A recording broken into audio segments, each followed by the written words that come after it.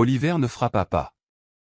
C'était la maison de ses parents, celle qu'il avait pratiquement payée, et il était censé être rentré pour Noël comme promis, comme toujours. Lorsqu'il poussa la porte d'entrée, la chaleur et la joie qui l'attendaient n'existèrent pas. Le sapin était illuminé. Certes, l'étoile en plastique bon marché clignotait comme pour s'excuser, mais le silence était pesant. Pas de voix, pas de papier cadeau, pas de cannelle ni de biscuits brûlés, juste le léger tintement d'une fourchette dans une assiette. « Bonjour. » Il appela prudemment en entrant. « Ici, ma chérie », vint une voix douce et fatiguée de la cuisine. Oliver tourna au coin de la rue, et voilà grand-mère Elinor assise seule à table, vêtue de son pull violet, une assiette de farce froide et de jambon à moitié mangé devant elle. Il cligna des yeux. « Où sont tous les autres ?» demanda-t-il. Elle ne répondit pas tout de suite, se contentant d'un sourire triste et édenté, et glissa un mot plié sur la table. Ses mains tremblaient. Oliver le ramassa. Ce n'était même pas dans une enveloppe, juste une feuille déchirée avec son nom griffonné au stylo noir. J'ai dépensé mon prêt de 8500 livres sterling pour une croisière en famille. Désolé. Prends soin de grand-mère pendant notre absence. Je t'embrasse, maman. Il la fixa, incapable de parler. Son cerveau a arrêté de traiter les mots « prêt » et « croisière ». Cet argent était destiné à son opération dentaire. Il avait économisé pendant plus d'1 an. Grand-mère Elinor l'observait comme un soldat surveille un champ de mines, prudemment, silencieusement. J'imagine. J'imagine qu'il ne pensait pas que ça te dérangerait, dit-elle doucement en pliant une serviette. Ils sont partis hier. Oliver s'est assis durement. Le siège était plus froid que la pièce. Pas de préavis? Pas de coup de fil? J'ai juste pris l'argent et je t'ai laissé ici, murmura-t-il. Elle eut un rire sec. Oh, chérie, tu sais qu'ils n'appellent que quand ils veulent quelque chose. Il hocha lentement la tête, les mains crispées sous la table. Ce n'était pas nouveau, c'était juste plus bruyant. Grand-mère Elinor prit une petite gorgée de jus d'orange, le regarda droit dans les yeux et dit « On va arranger ça ». Oliver ne dit rien, mais à l'intérieur, quelque chose se brisa et quelque chose d'autre, beaucoup plus froid, commença à grandir. Grand-mère Elinor se coucha tôt ce soir-là. Elle se dit fatiguée, ses hanches ne supportaient plus d'attendre. Elle l'embrassa sur la joue, lui tapota le bras et murmura « Tu as toujours été le seul à être gentil ». Puis elle s'éloigna en traînant les pieds, avec cette petite boiterie contractée après une chute dans les escaliers 2 hivers auparavant, celle pour laquelle personne ne l'avait jamais emmenée en rééducation. Oliver resta seul dans cette maison pendant des heures. Pas de télévision, pas de lumière, juste ce mot. Ce mot. Le prêt. Son argent. L'argent pour lequel il a travaillé de nuit, les week-ends, les jours fériés, conduit Uber, travaillé en freelance, sauté des repas, manqué de sommeil. 8500 livres dépensés en croisière. Il ouvrit le groupe de discussion familiale. Silence. Pas même un joyeux Noël. Il fit défiler la page vers le haut. Le dernier message de sa mère datait de novembre. N'oublie pas de virer le prêt sur le compte de ton père. Il faut réserver avant la hausse des prix. Prêt. On vous rembourse au plus tard en février. Tu peux toujours reporter ton rendez-vous chez le dentiste. Il acquiesça, car c'était toujours son truc. Quand ils demandèrent de l'argent pour les frais de scolarité de William, il acquiesça. Quand il voulait de l'aide pour les dettes de jeu de papa, il acquiesçait. Quand Charlotte avait besoin de payer son loyer après avoir perdu son emploi, c'est-à-dire démissionner à cause de la méchanceté de son patron, il acquiesçait. Il acquiesçait toujours, car s'il ne le faisait pas, il était égoïste, inutile, ingrat, car la famille passe avant tout. Parce qu'après tout ce qu'on a fait pour toi, pour lui, ils l'ont mis à la porte à 17 ans parce qu'il refusait de mentir à William après avoir volé les analgésiques de sa grand-mère Eleanor. Ils ne sont pas venus à sa remise de diplôme. Trop occupé à aider Charlotte à emménager chez son petit ami. Ils avaient oublié son anniversaire 3 années de suite. Mais question argent, soudain, il faisait à nouveau partie de la famille. Le lendemain matin, Oliver avait des réponses. Ils n'étaient pas seulement en croisière. Ils étaient à bord du majestueux Aurora, un navire de luxe sillonnant les Caraïbes pendant 10 jours. Pont magnifique, majordome privé, accès à la piscine à débordement et restauration gastronomique. 3000 livres par personne, pour 4. Il le savait, car Charlotte avait posté une photo sur Instagram alors qu'elle avait dû oublier de le cacher. Tous les 4 en peignoir, trinquant au champagne. La légende, enfin un peu loin de toutes les sangsues et de la négativité. Sangsues. Oliver éclata de rire. Ils ont utilisé son argent, abandonné sa grand-mère Eleanor avec les restes et l'ont traité de sangsues. C'est à ce moment-là que le dernier fil en lui a lâché, et il n'était plus triste. Il n'était même plus en colère. Il était concentré. Ce soir-là, grand-mère Eleanor le trouva dans le garage. Il était penché sur le vieux classeur de papa, entouré de piles de papier, les vieux dossiers de Bill. Elle ne dit rien, se contentant de le regarder éplucher des décennies de mensonges. « J'ai besoin de tout savoir, lui dit-il. Où est passé l'argent? Qu'est-ce qu'ils ont fait?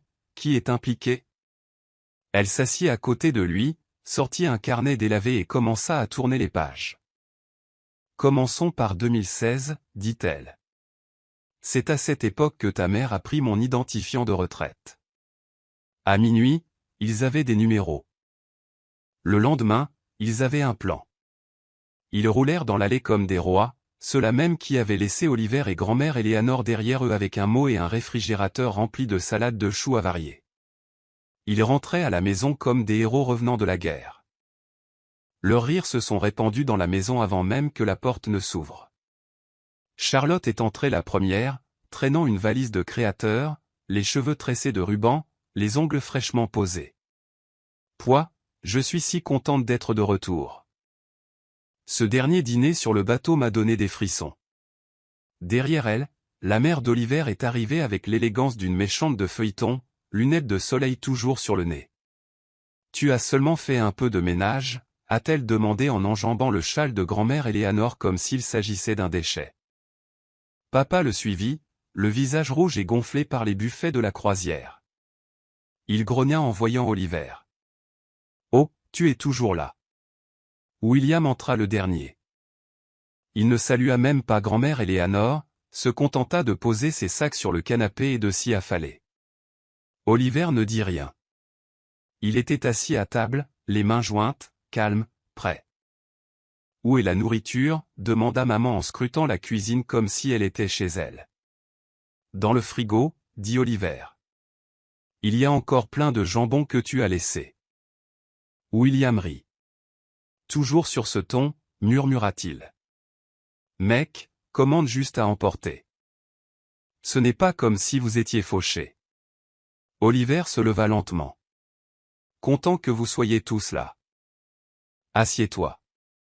J'ai quelque chose à te montrer. » William leva les yeux au ciel, mais s'affala sur une chaise. Papa fit craquer ses articulations. Charlotte était trop occupée à chercher une prise pour recharger son téléphone. Oliver tourna l'écran de l'ordinateur vers eux et cliqua sur lecture. La première vidéo, une feuille de calcul. Pas n'importe quelle feuille de calcul, un audit financier. Il avait passé 4 jours à la construire avec grand-mère Eleanor. Chaque dollar transféré de son compte retraite. Chaque retrait effectué avec sa carte dans les stations-service. Papa a toujours utilisé tous les paiements. Charlotte a demandé à couvrir les urgences. Il s'est avéré que c'était des frais Sephora et Apple. « Où as-tu trouvé ça ?» demanda maman, la voix soudainement tendue. Oliver a dit « de sa banque. » Il faut être plus prudent lorsqu'on utilise le mot de passe d'une autre personne. La deuxième vidéo montre des captures d'écran de transactions. Connexion au compte depuis les appareils de maman. Point d'accès à la pension correspondant aux habitudes de jeu de papa. Puis email. Maman écrit à Charlotte. Il ne remarquera pas la disparition de la compte pour la croisière. Il nous fait trop confiance. Charlotte répondit, c'est un cœur tendre. Et puis, qui laisse grand-mère tranquille à Noël? Oliver serra les dents, mais il continua. Je pourrais m'arrêter là, dit-il, mais je ne le ferai pas. Encore un fichier, un enregistrement vocal. Sophia, la femme de William, debout sur leur porche il y a 2 nuits, sanglotant. Je ne voulais pas y aller. Je l'ai supplié, mais William a dit que si Oliver ne donnait pas l'argent, il la laisserait tranquille et s'en occuperait plus tard. Je suis resté silencieux uniquement parce qu'il a dit que tout s'arrangerait. Je suis désolé. Je n'en pouvais plus. William sursauta. Tu as filmé ma femme? C'est illégal. Non, a dit Oliver. Elle me l'a demandé. Elle a dit qu'elle en avait assez de mentir pour toi. Fatigué de te voir saigner à blanc les gens. Papa se tenait là, le visage rouge de rage. Espèce de petit serpent. Tu fouilles dans nos comptes comme quelqu'un qui vient de se faire voler, s'exclama Oliver. Il ouvrit un dernier onglet, un email pré-rédigé. Objet, signalement officiel de maltraitance financière envers une personne âgée. Pièce jointe. À la division des fraudes à la sécurité sociale, à l'avocat de grand-mère Eleanor, au médiateur du comté et à 2 médias locaux. Vous avez 48 heures, dit Oliver d'une voix basse, pour restituer chaque centime, sinon j'envoie ceci. Tout ça. Les mains de Charlotte tremblaient. Tu bluffes. Tu ruinerais ta propre famille. Non, dit Oliver. Tu t'es ruiné toi-même. J'envoie juste la facture. Grand-mère Eleanor se leva lentement. Elle n'avait pas dit un mot depuis le début, mais elle s'approcha du bout de la table, posa la main sur le dossier d'une chaise et dit, « J'ai élevé 3 d'entre vous, je vous ai nourri, changé, protégé. Et quand je ne pouvais plus marcher, tu m'as laissé avec des haricots congelés et une tarte moisie pendant que tu sirotais du champagne avec de l'argent volé. Tu as de la chance que ce soit lui qui te poursuive, parce que si j'étais seul sa voix s'éteignit, mais la pièce était silencieuse. Le message était fort. Papa marmonna quelque chose et sortit en trombe. Charlotte pleura et essaya de serrer dans ses bras grand-mère Eleanor, qui se détourna. William se contenta de fusiller Oliver du regard. Tu ne fais plus partie de la famille. Oliver sourit. Non, je suis enfin libre. Il n'y croyait pas. Il pensait qu'il bluffait, même après avoir lâché cet email sous leurs yeux, même après que grand-mère Eleanor les ait fixés du regard, le regard empli d'une rage sourde et ancestrale. Il pensait encore pouvoir le surpasser, le manipuler, l'épuiser. Mais cette version d'Oliver. Le silencieux, celui qui hochait la tête, payait et disait merci pour les miettes, il est mort quand ils ont dépensé 8500 livres sterling de ses économies en pina colada et en buffet de croisière. Les premières 24 heures furent silencieuses. Pas un seul message. Pas d'excuses. Seule grand-mère Eleanor et Oliver, dans cette maison vide et trop silencieuse, mangeaient des flocons d'avoine au micro-ondes et vérifiaient leur compte en banque à tour de rôle. Rien n'est arrivé. Le 2e jour, Oliver a envoyé le courriel. Chaque fichier, chaque capture d'écran, chaque enregistrement, attaché et daté, a été transmis aux autorités de l'État et une copie a été envoyée à chaque rédaction dans un rayon de 160 km.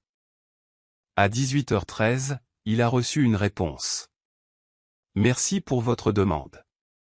Un dossier a été ouvert. Le 3e jour, la situation a explosé.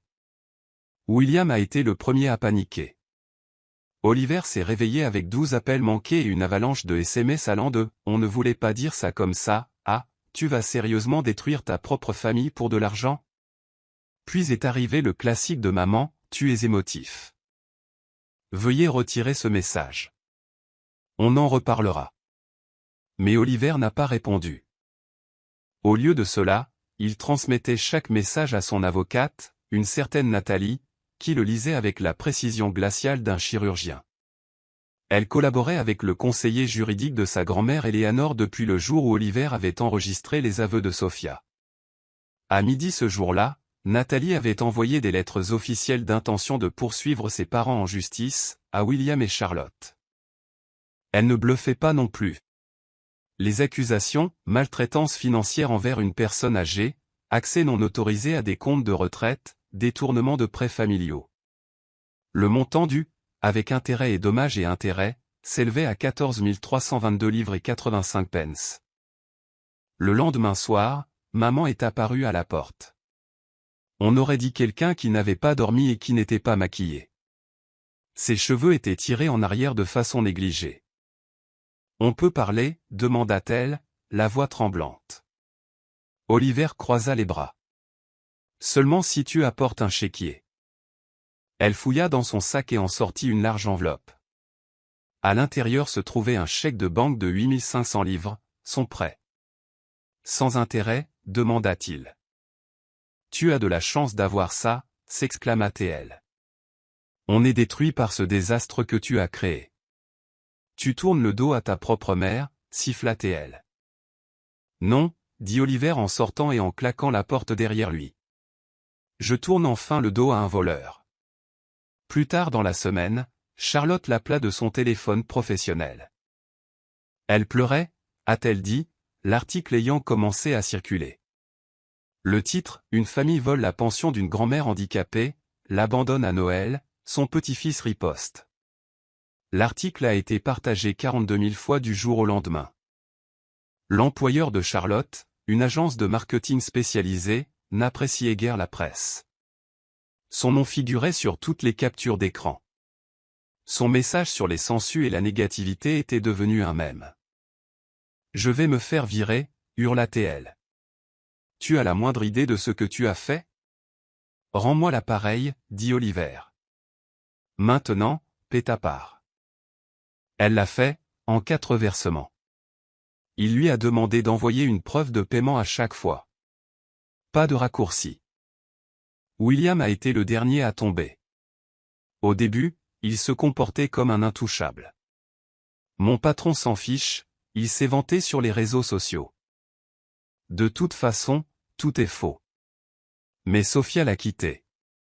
Elle a demandé la séparation, lui disant qu'elle ne laisserait pas ses enfants grandir dans une maison où le mensonge et le vol étaient monnaie courante.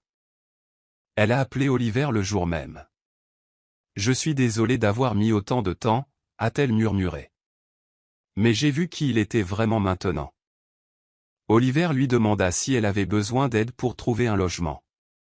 Elle marqua une pause, puis répondit, seulement si c'est sans engagement. Oliver sourit. Alors oui, parce que tu as bien fait.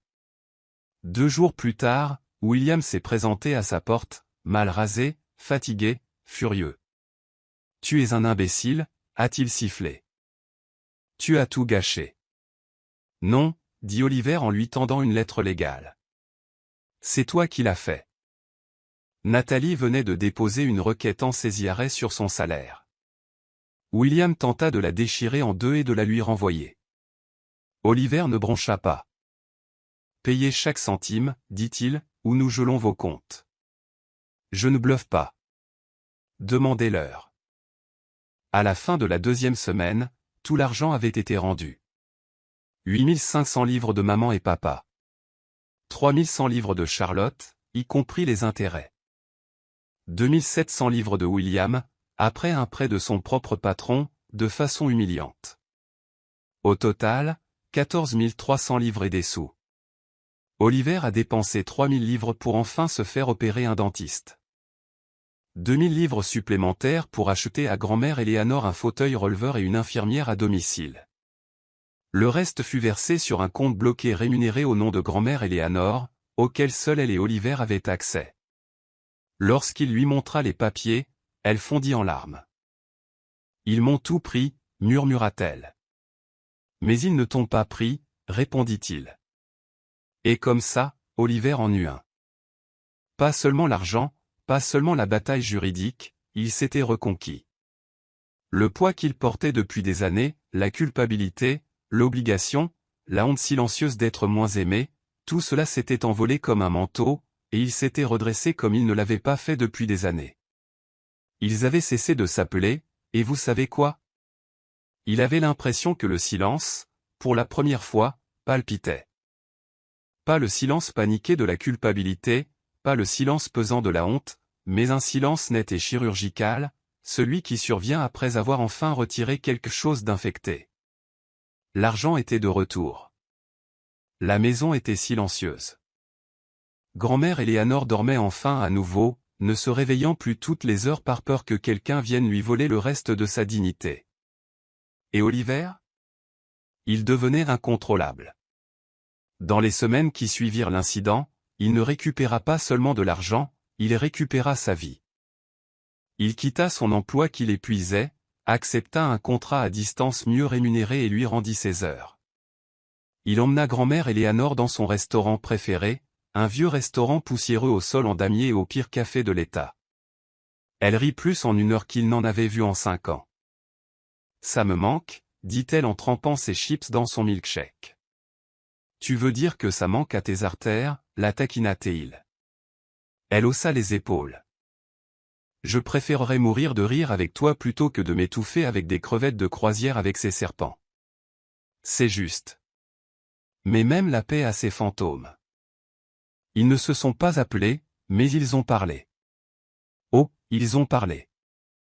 Charlotte a publié sur Facebook que certaines personnes ne comprennent pas ce que signifie le pardon, en accompagnant cette phrase d'une photo d'elle allumant un cierge à l'église.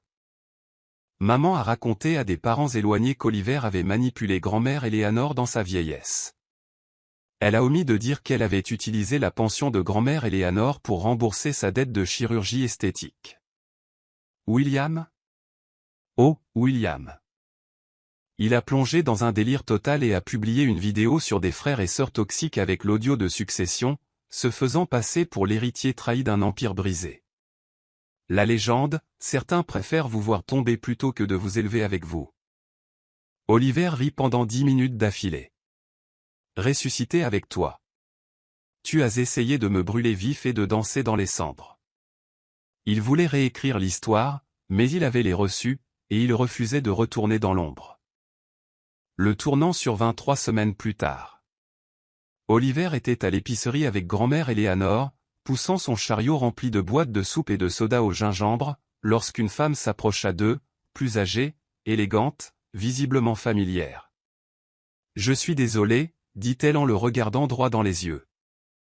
C'est toi, celui de l'article? Celui qui a sauvé sa grand-mère? Oliver cligna des yeux. Moi? Je suppose que oui. Elle regarda grand-mère Eleanor, puis le regarda de nouveau. Je voulais juste te remercier d'avoir résisté, de ne pas être restée silencieuse. Ma mère. Ils lui ont fait la même chose, mais personne ne s'est battu pour elle. J'aurais aimé que quelqu'un le fasse. Elle lui toucha le bras, doucement, brièvement, puis s'éloigna. Oliver se tourna vers grand-mère Eleanor. Elle était figée, la main sur la boîte de soupe, les larmes aux yeux. Je ne pensais pas que quelqu'un nous avait vus, murmura-t-elle. Maintenant, si, dit-il. Et c'est là qu'Oliver comprit qu'il ne s'agissait pas seulement d'argent, de vengeance ou de prouver qu'il n'était pas un perdant. Il s'agissait de dire la vérité, à voix haute, enfin. Le meilleur? Il en avait assez de s'expliquer.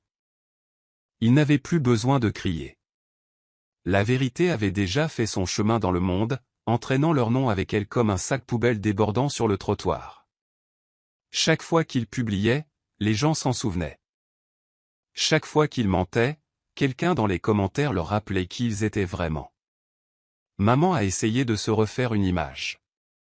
Elle a lancé une chaîne de cuisine sur YouTube, Cozy Kitchen with Margaret. Mais dans le premier épisode, quelqu'un a commenté « As-tu payé ce four avec des fonds de retraite volés ?»